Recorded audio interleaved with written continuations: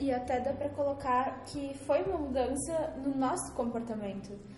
Porque deixar de colocar um papelzinho antes considerado tão pequeno, a gente começou a perceber a diferença que essa lógica sustentava, a diferença que não pensar assim construiria.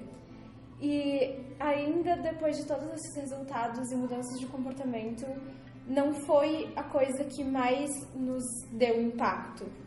O que mais nos chocou foi o desperdício de alimentos enorme que a gente encontrou. Diversas comidas jogadas fora, sanduíches com só uma mordida, pacotes de bolacha fechado, caixinhas de suco cheias de suco dentro, que a gente teve que esvaziar elas para fazer a pesagem.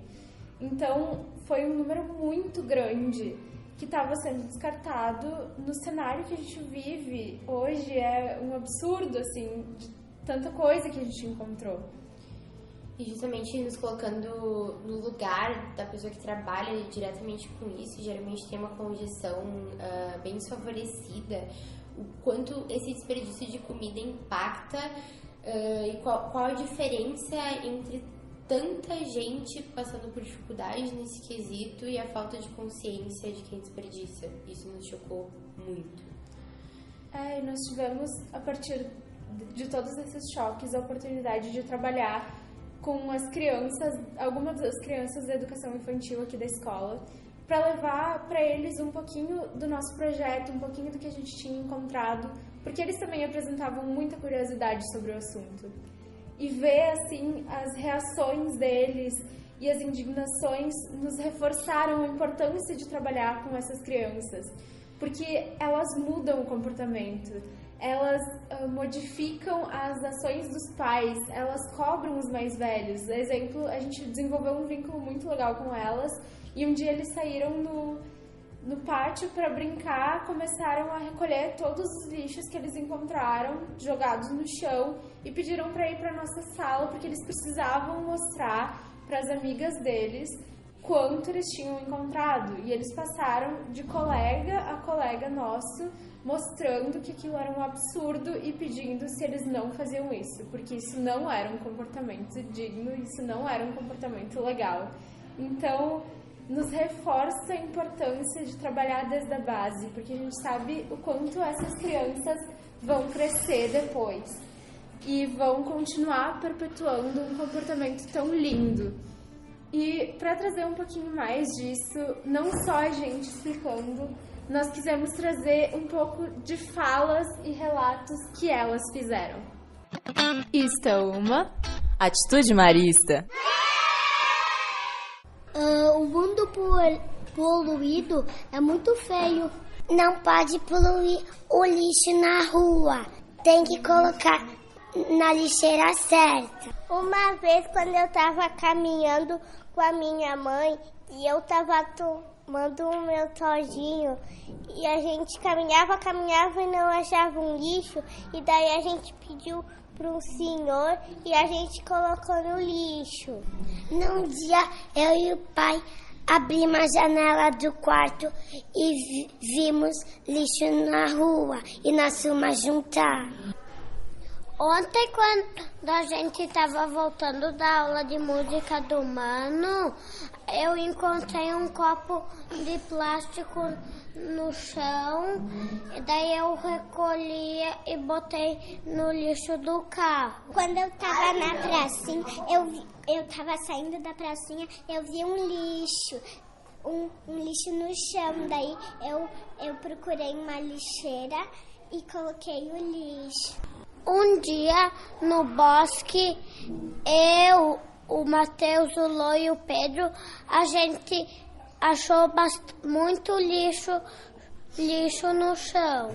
Num dia que eu estava saindo da empresa do meu pai, eu vi uma garrafa de água no chão.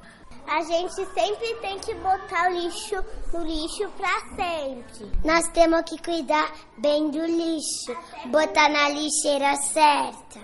Quando ser vovô e vovozinha também tem que fazer. A gente tem que botar o lixo no lixo, porque senão a natureza fica fedida e poluída. Daí os animais acham que o lixo é comida, eles comem e morrem. Eu boto lixo muito no lugar lá em casa. E a minha mana também ajuda. Não é só invento que tem que colocar o lixo no lixo, tem que colocar até nas outras cidades. Aqui no Brasil tem que botar o lixo no lixo e nos outros países também. A gente quer um mundo limpo, não fedido. Quando a gente se deparou com toda essa realidade, a gente sabia que nosso trabalho definitivamente não podia ficar só na teoria. A partir disso, a gente começou a articular um projeto bem grande para não mudar só a forma como a escola recicla e destina e separa o lixo, mas também para mudar a consciência dos estudantes em relação ao tema. Então, a princípio a gente só ia abrangir o ensino fundamental 1, 2, ensino médio, mas depois a gente se deu conta que esse problema, entre aspas, que a gente estava procurando solucionar, ele tinha que ser mexido em todas as áreas e com todas as pessoas da escola. Então, a partir principalmente da questão do desperdício, a gente vai, e da questão das nossas crianças, como a gente carinhosamente chama eles, a gente vai englobar com muito foco a educação infantil, justamente por essa percepção de que a crianças, desde muito, muito, muito cedo, pode ser educada para reciclagem, e quanto mais reforçado isso é, principalmente nos primeiros anos, mais provável é que essa criança cresça e continue trazendo isso como um hábito, como um costume, e impacte principalmente os ambientes que ele ou ela for levar esse hábito e essa consciência. Então, a partir disso, a gente pensou muito bem na educação infantil, no ensino fundamental 1, no ensino fundamental 2, no ensino médio, sempre com abordagens e metodologias diferentes. Então, procurando fazer algo mais lúdico nos primeiros anos, algo mais sério no ensino médio.